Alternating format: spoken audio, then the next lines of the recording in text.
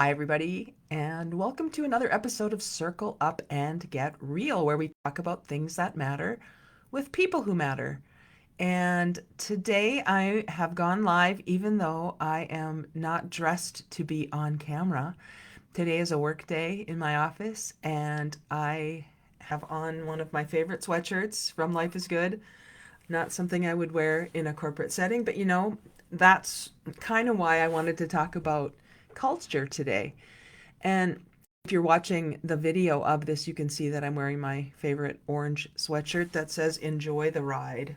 And I really like this sweatshirt, and it makes me feel good when I'm wearing it. So today I made the decision to choose comfort over a should in a corporate attire kind of way. I am in my office by myself. My office mates are out on assignment, and so I have a lot of space to think and ponder and wonder and paint. I actually did some painting the last couple of days, so it's been a fun little time on my own. And today, what I'm thinking about is a topic that I can't seem to get off my mind, and it is company culture or corporate culture, or maybe just culture in general. And as I dig in to this topic, which won't let me go, I try to come up with a definition that makes some sense, and I haven't yet been able to find one except this one. Culture is how it feels when we're in this space doing what we do. And that's not something you could put on the wall or something you would write in a book, because how do you describe that? How do you define that? And I've been in situations in organizations where we think that culture is what we tell you it is, or what our stated values would say. And I don't think that's it at all. Culture isn't what we say it is. It's what it is. It's what it feels like. It's an in our what's the word I'm trying to think of? Unarticulable? That's not even a word. It's hard to say.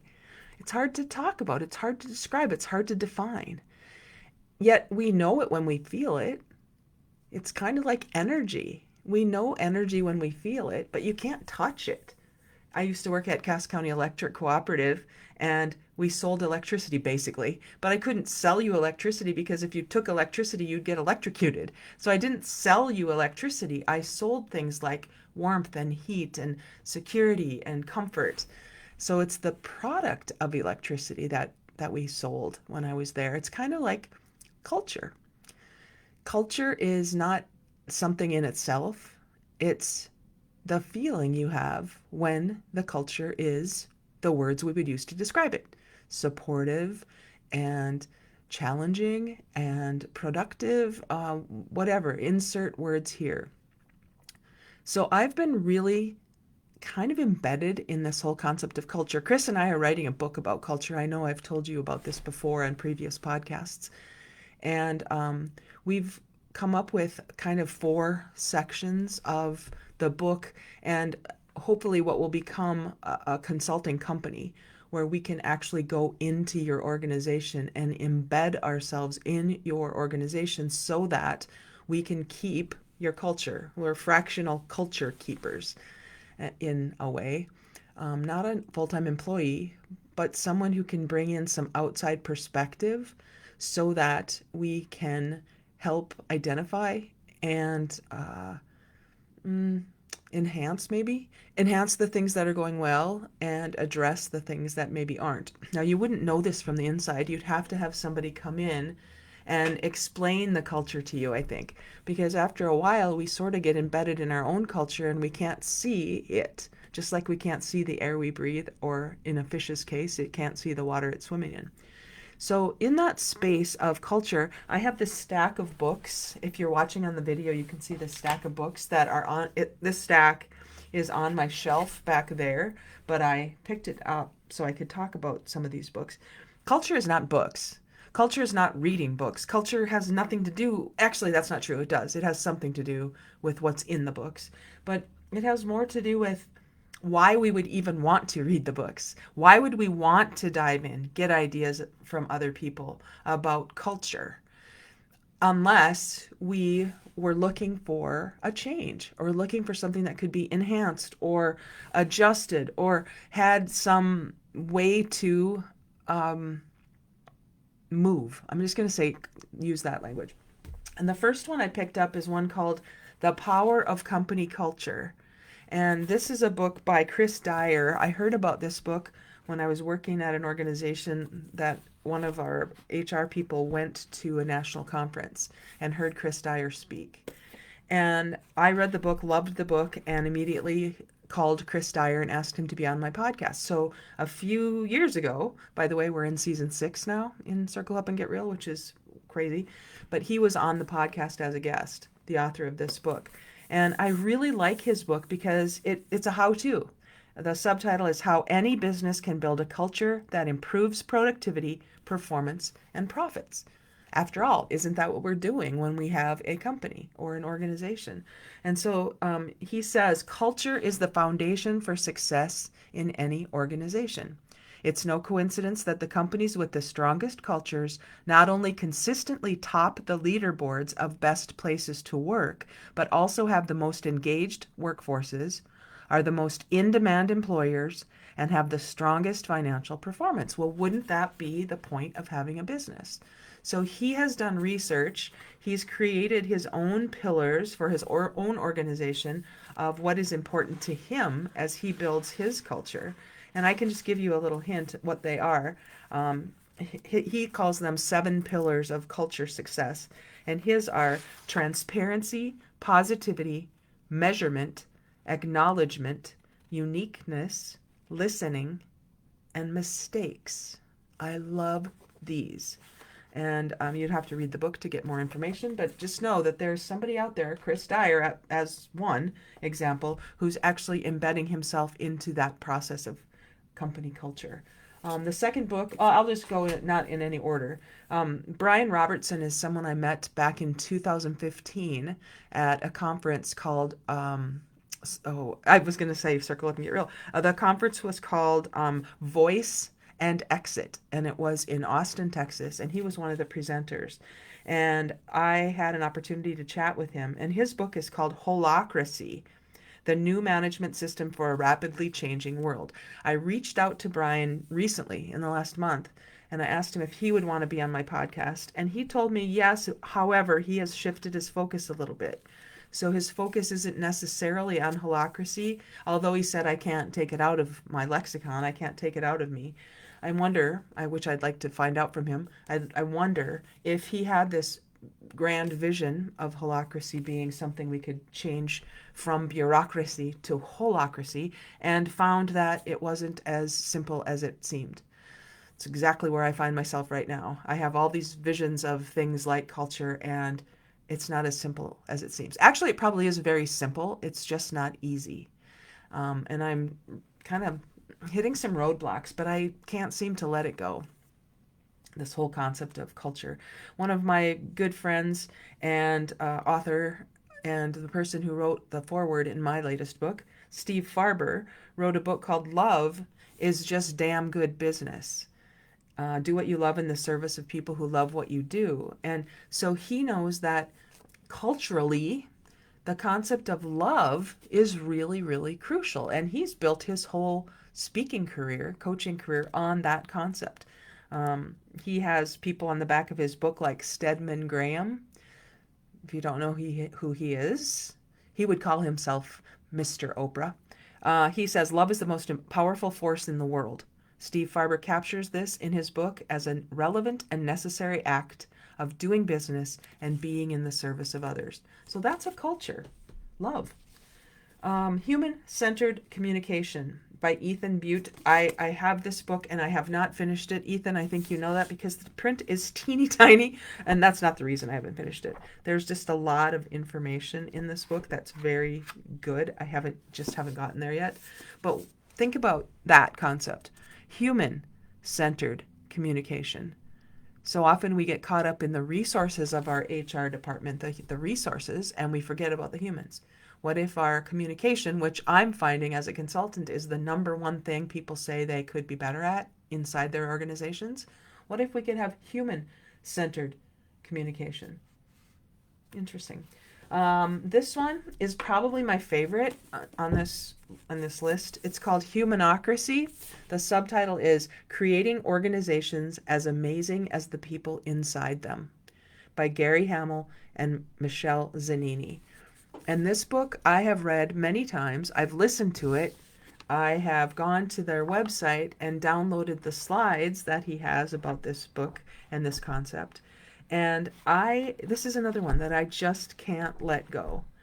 There's a concept called humanocracy that changes the bureaucracy most of us know, the top-down way of being, and there's a possibility for our organizations if we recognize that it's not always about the institution first, it's about the humans first. The humans make up. I know I'm turning pages, and that's probably being really, it's really distracting, so I'll stop turning pages. But I was going to share something specifically from this book, and I won't right now. But if we learned or recognized or realized that the humans make up our organization, and we focused on the humans first, and then went to the organization, I wonder what could be different. It goes back to what I've read so many books, I lose my focus. Jim Collins said, first who, then what? First who, then what? And I always struggled with that when I first read that book in the early 2000s, because I couldn't understand how he kept saying, let's get all the right people on the bus and then figure out what seats they're in and then figure out where the bus is going. And I never really got that at first, because I thought, why would you even want to get on the bus if you didn't know where it was going? But now I realize that I'd go anywhere with the right people. If the right people were on the bus and the people that caused me to feel like the best version of myself, I would do anything with that group of people, within reason, without violating the rights of others or the earth. But I think now that's what I miss the most about being a solopreneur is coworkers and a community and people who are working together for a common goal. And that's what I think culture can, no, I know, I don't just think it, I know it. Culture can cause that for the people involved in the mission of the organization. We in America live in a capitalistic society. We do. That's just what is for us. We value making money. And so that we can either complain about that or we can make a lot of money. And then money gives us freedom, and money gives us choices, and money gives us a lot of opportunities to do things. We can give and serve with that money. We can hoard it. There's a lot of things we could do with money. But if we are sitting here saying money's bad, money's terrible, people who have money are bad and terrible, well, then we're working against what our American society is all about. So it's not about being mad at money or not liking money. It's about saying, okay, money, this is a tool. What's my relationship with you, money? And I'd like to do more service so that there can be more of an exchange for what I do. So as a solopreneur, that kind of makes a lot of sense, doesn't it? I want to do more service, contribute more, so that in exchange, I can have more financial abundance. Inside an organization, it's the same thing. It's just done a little bit differently, where the organization's mission, vision, values are to do something, to produce something, a service or a good or something which contributes to the society in which it corporately lives. And so if we can do that in a way culturally that our people feel valued and appreciated and gotten and want to be their best selves, wouldn't it make sense that then automatically it would be more productive? We would be more in alignment. We would have more opportunities to have conversations like the subtitle of this podcast, Conversations That Matter with People Who Matter. And the secret is that's everybody who truly desires to be engaged and truly desires to be in a space where they can contribute their best selves. And to me, that's what culture is all about. That's what culture is to me. The feeling I have when I'm around the people who see the real me, who support me, who, dare I say, love me and want the best for me and each other. And when we do that and we build that, it sounds funny to say build that, but we build that culture over time, not by what we say it is, but by what the people inside it feel it is. And so Chris and I are working on the book, as I told you, Culture First. We've got 4 sections. I'll just tell you quickly, I'm sure I've done that before, but the 4 sections are embodied conviction. Embodied conviction. I am working at this organization because in my bones, I am convicted to our mission, to what we're doing, to having the opportunity to have the, I hate to say boss, but the people around me value my contribution. Embodied conviction. The second one is empathetic connection.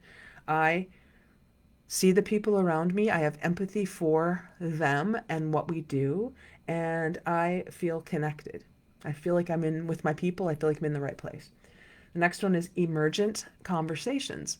And when we feel trusted, we feel that we can trust people. I think trust is a big thing. Trust and respect are 2 big components of a healthy culture. When we feel that, then emergent conversations can happen. That's what I do with this podcast. It's emergent. I have a couple of bullet points. I have to put the title in here. It wouldn't let me do the live without the title. And I allow it to happen. And thank you to those of you who are watching live or later, because it's because of you, because you are there. And even if I didn't know you were there, I would still feel that there's something I can contribute to people somewhere who may someday hear this. And so the emergence of that message, the spirit of the conversation, happens in a culture that supports and calls that out, I guess.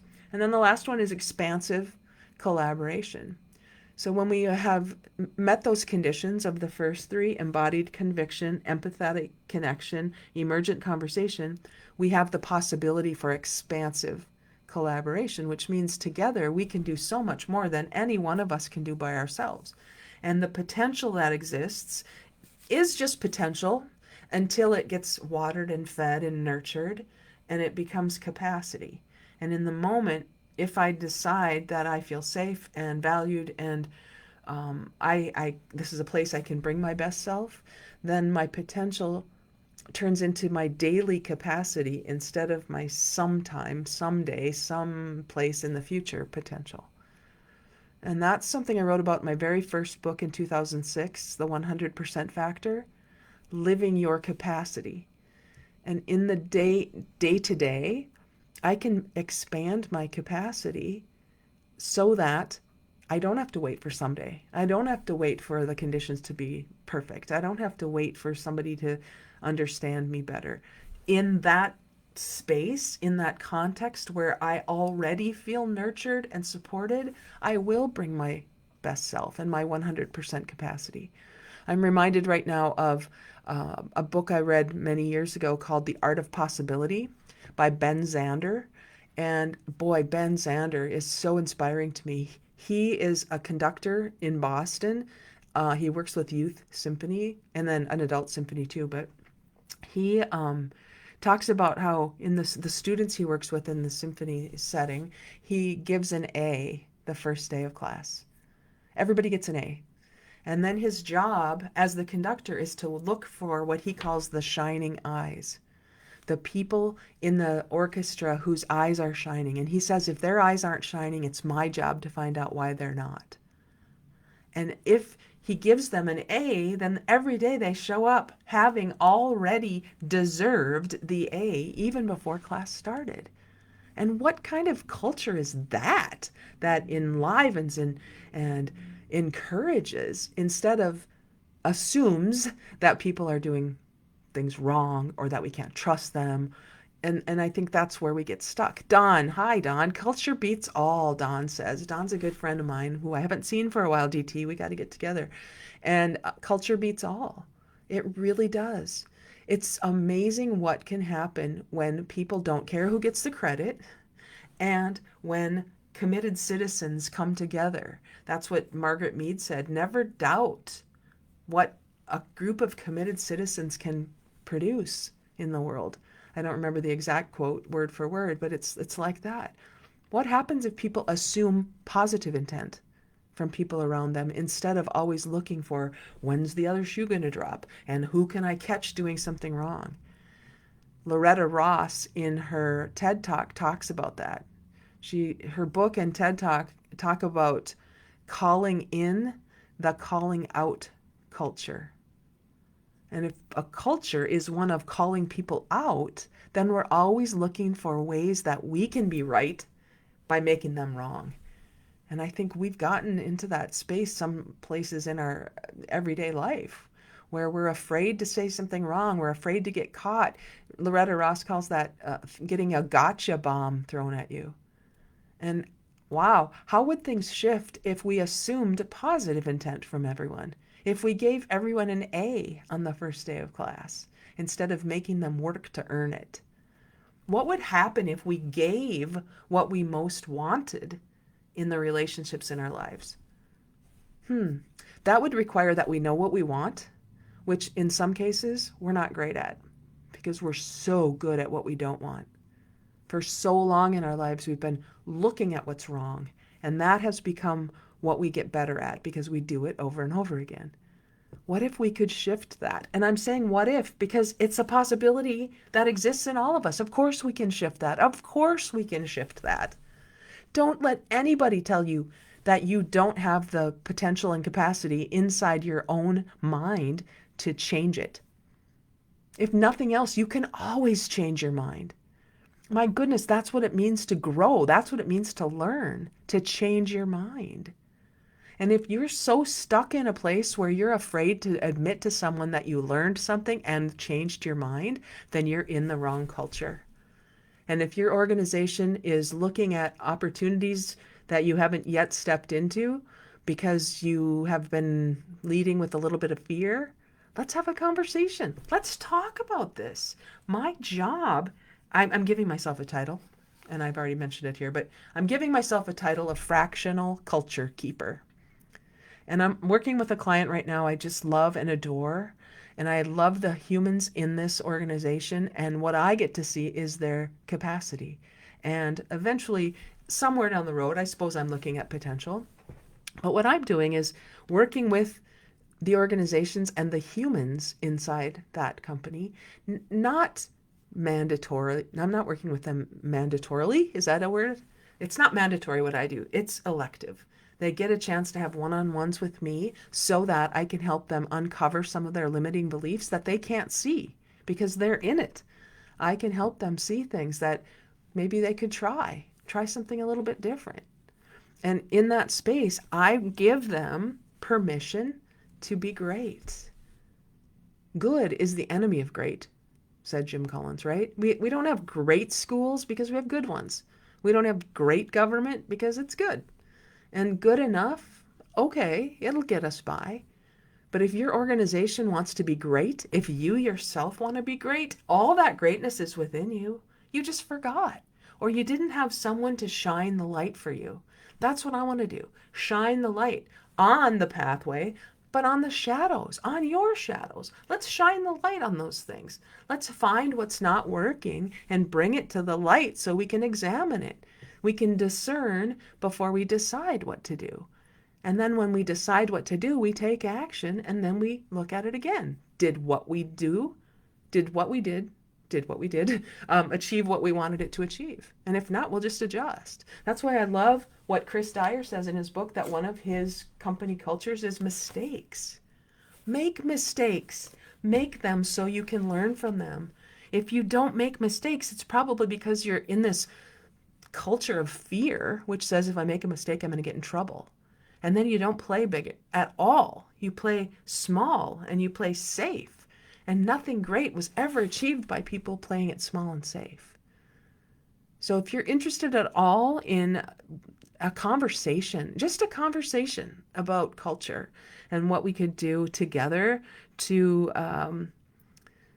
to address what I have written on a sticky note here, the quantum effect of consciousness rising. I don't know where that came from, but I wrote it on a sticky note. The quantum effect of consciousness rising, where we can jolt humanity out of complacency. Quantum, tiny, tiny, tiny little steps in a new direction will get you to any place you want to go. You just need to be consistent. You just need to allow the momentum to take you in the direction you want to go, instead of the one you're on the path to go, whether you want to or not. So let's talk about this. Let's have a conversation. Reach out. Do not be afraid to reach out. You can find me. I'm really easy to find. I would love to have a conversation about this, because the more of us who are doing this on purpose, moving toward a destination, the more we're going to change the world. And that's not a small feat, you guys. That's a big deal, starting with our little W world, that will impact the big W world. And I'll just go first if I have to. I'll go alone if I have to, but man, I don't want to go alone. It's lonely alone. I want to go with people who want to be part of this. So reach out. You can find me on anywhere. You know how to find me. And if you like this podcast, please help me get the word out. We're starting season 6. I think I have 75 followers. Thank you, 75 followers. I have no idea how to get the word out. So I keep talking about it, but I'm talking to all of us. I'm going to need your help to help me get the word out. You can get Circle Up and Get Real wherever you get podcasts, my YouTube channel, Get Real with Jodee Bach, or even on Audible for free. You can get it on Audible. So take a look. Help me spread the word. Let's get these kinds of conversations going so that our cultures become ones that are enhancing our people instead of limiting them. And then let's see what happens. I'm in. Are you? Go get real this week, you guys. See you later. Bye.